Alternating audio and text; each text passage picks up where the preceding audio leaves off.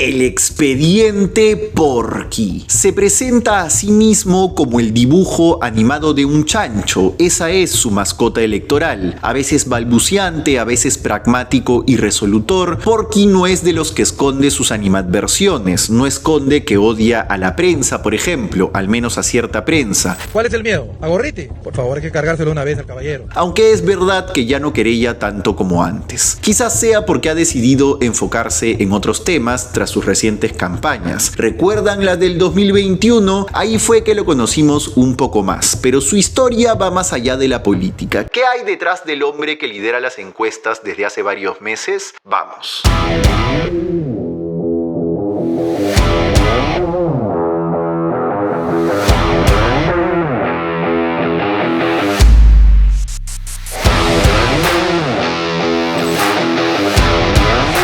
Aquel 2021 fue el año en que Porky confesó que se autoflagelaba para demostrar su amor por la Virgen María. Está claro para todos los analistas que la imagen política que quiere construir es la del enviado de Dios en la tierra. Una imagen que ha sido muy eficiente para otros candidatos que han triunfado en la región, como Bolsonaro o Trump. Y si medimos que el Perú es de estirpe cristiana, ya sea católica o evangélica, y que López Aliaga ha jalado a distintos líderes religiosos a su plataforma, pues 2 más 2 es 4, el tipo está primero en las encuestas. Pero no entremos a la religión, cada quien tiene el derecho de creer en lo que quiera y de profesar su credo en paz, y punto. Pero en aquella campaña, la del 2021, Porky sí tuvo choques fuertes con otros líderes conservadores que nos dejaron datos útiles para evaluar la candidatura de quien aspira a dirigir un país. Por ejemplo, Beatriz Mejía, entonces vocera del movimiento Con mis hijos no te metas, quien dijo que López Aliaga, cito, es un peligro para el Perú. Y ella fue la que instauró la idea de que tiene presuntos problemas con el alcohol. Les pongo un pequeño bite del debate 2021. Nosotros expulsaremos del país de inmediato a todo extranjero que cometa cualquier delito contra peruanos. Todos los presos de alta peligrosidad serán trasladados a cárceles en el CEPA.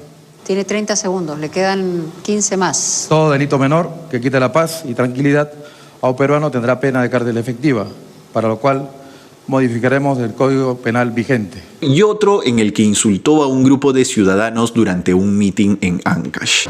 El único país del mundo que no tiene vacunas es Perú, por tu culpa, baboso.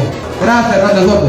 Dijiste que era peruano mis empresarios, lo soy, a mucha honra.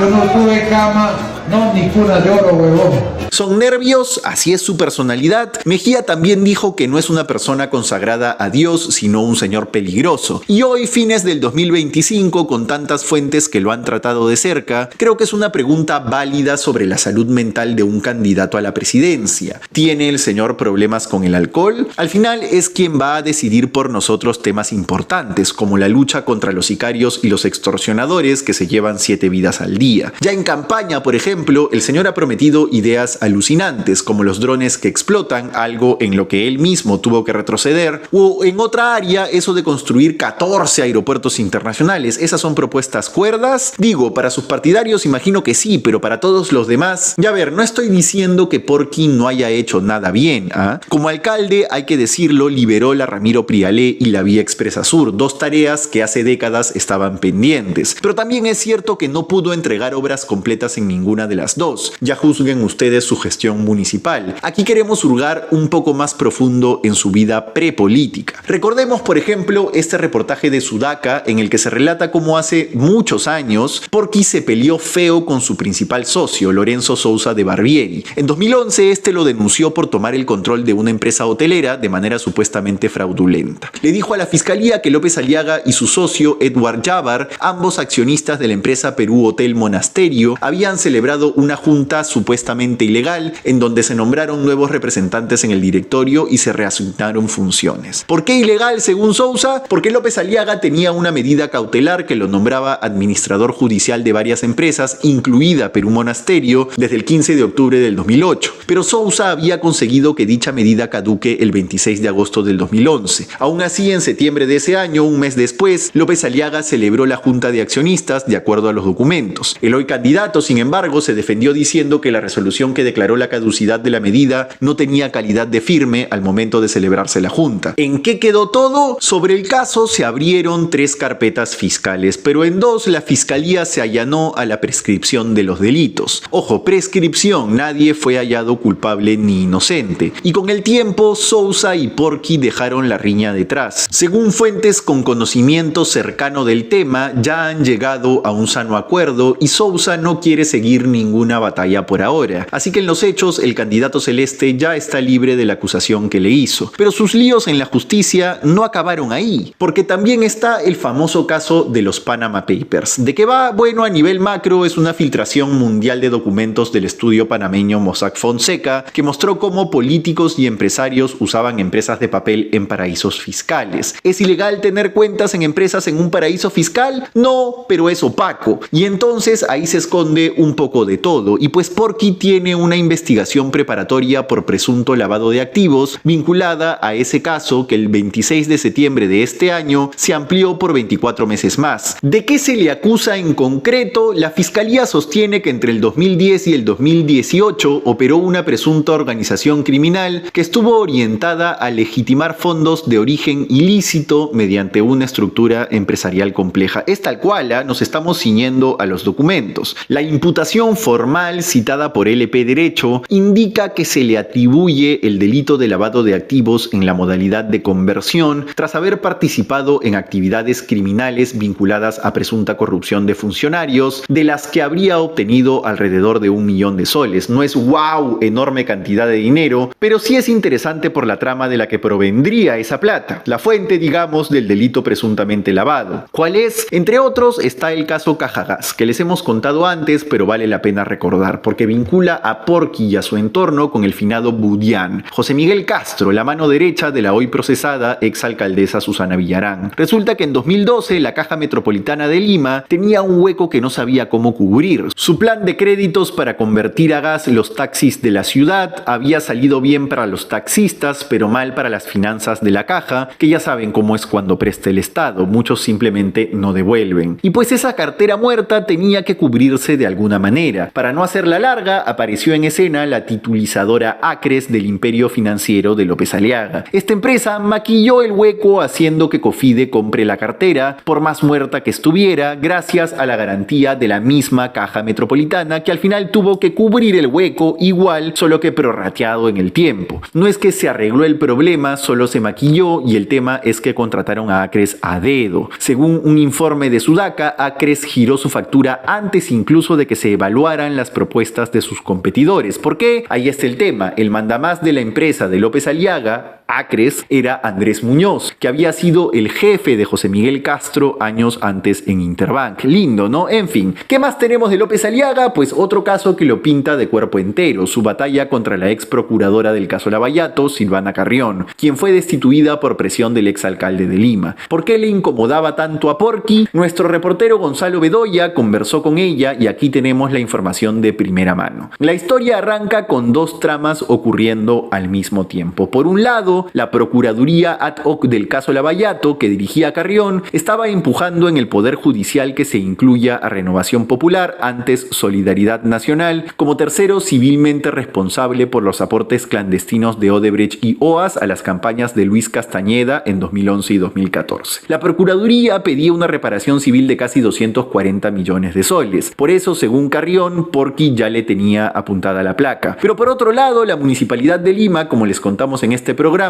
había montado una ofensiva en Estados Unidos por el caso Rutas de Lima. Contrató al estudio Boyce Schiller Flexner por casi 100 millones de soles para pedir un discovery ante el juez de Nueva York. Buscaba documentos para intentar anular los laudos arbitrales que la Muni había perdido. Y el juez rechazó el discovery la primera vez por 2 motivos: que la municipalidad no era parte del proceso Lavallato y que no había una decisión judicial que confirmara corrupción en la compra de acciones de Rutas de Lima a Odebrecht por parte de Brookfield. En ese contexto, Carrión Carrión nos cuenta que la municipalidad intentó que la Procuraduría ad hoc se sume a su estrategia, y ahí es donde se armó la pelea. La ex procuradora dice que se reunió con la procuradora de la MUNI, Evelyn García, quien se acercó a su oficina el mismo día que Porky le mandó el oficio para que se sume al caso. Carrión dice que García le explicó dos cosas. Primero le dijo lo que resolvió el juez, que ellos no son los afectados, sino el Estado, y por lo tanto era la Procuraduría ad hoc la que tenía que entrar a tallar. Y segundo, y más importante, que los honorarios contratados alcanzaban para presentar el Discovery, pero que si luego venía una apelación u otras etapas, esos costos ya no estaban cubiertos. Y entonces le propusieron a la Procuraduría hacerse cargo de los gastos, algo que Carrión consideró fuera de lugar. En medio de eso empezó la danza de las presiones. López Aliaga le escribió estos mensajes: necesito el apersonamiento de tu Procuraduría en este grave caso. Y al final Carrión se metió al caso, revisó los escritos que se iban a presentar en Nueva York, hizo correcciones, pidió que se bajen afirmaciones que no estaban sustentadas y presentó declaraciones formales. Pero dice que la presión no se detuvo. López Aliaga siguió escribiéndole para mandarle noticias en redes sociales que salían en su contra y amenazarla con denunciarla, miren. Y bueno, Porky logró lo que quería. Carrión fue cesada. Dice que se enteró por la prensa mientras daba una entrevista. Después de su salida, el proceso en Nueva York siguió su curso con documentos que, según nos dice Carrión, han sido preparados y firmados durante su gestión. Y ganaron, esta vez sí, el derecho de ver información de Brookfield.